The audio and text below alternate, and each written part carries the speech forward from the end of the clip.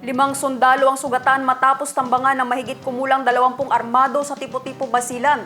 Inaalam pa ng otoridad ang pagkakakilanlan ng grupong sangkot sa pag-ambush sa mga sundalo.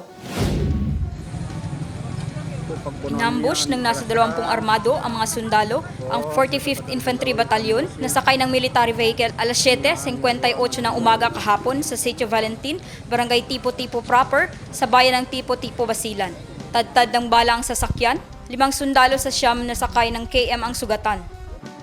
Kahapon, at around 7:58 p.m. may nangyari pong ambush incident sa tropa po ng involving tropa po ng ating 45th Infantry Battalion Philippine Army. Yes, sir. Dito po sa Tipo-Tipo, Basilan, particularly sa Sitio Valentin. Ito po ay nagresulta sa pagkakasugat ng dalawa po nilang tauhan. Isa po dito naman ay nagtamo ng minor injury at unharmed naman po yung 5 pa.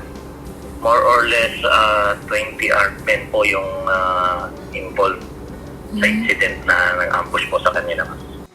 Inaalam pa ng otoridad ang pagkakakilanlan sa grupong sangkot sa pag-ambush sa mga sundalo.